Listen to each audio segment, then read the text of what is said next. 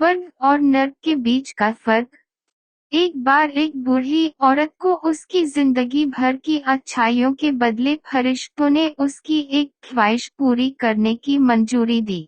उस बूढ़ी औरत ने फरिश्तों से कहा कि मैं मरने से पहले एक बार स्वर्ग और नर्क दोनों की यात्रा करना चाहती हूँ।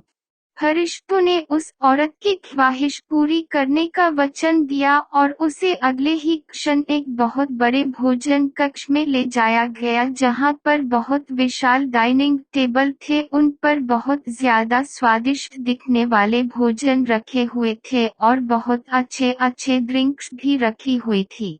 मगर उस टेबल के चारों तरफ बैठे लोग बहुत ज्यादा मायूस, भूखे और दुखी लग रहे थे।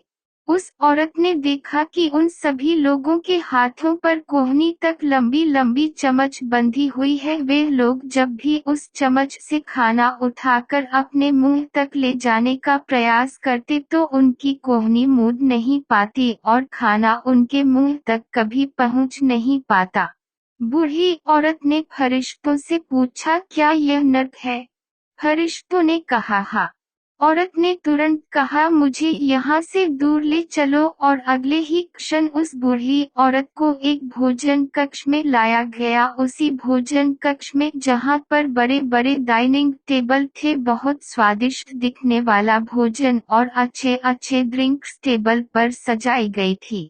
मगर इस बार डाइनिंग टेबल के चारों तरफ बैठे लोग खुश थे, हंस रहे थे और उनके चेहरों पर संतुष्टि थी।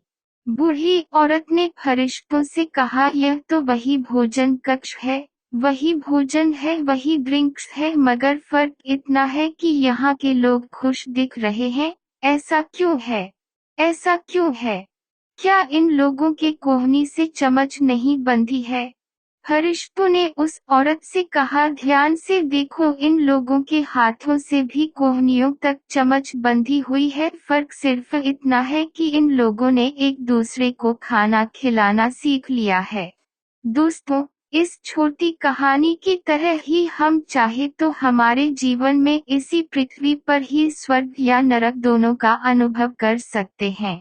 अगर हमें स्वर्ग का अनुभव करना है तो हमें पहले दूसरों के बारे में सोचना होगा, दूसरों को खिलाना होगा, दूसरों की मदद करनी होगी। चॉइस हमारी है, हम चाहे तो हमारी जिंदगी को स्वर्ग जैसा या नर्क जैसा बना सकते हैं।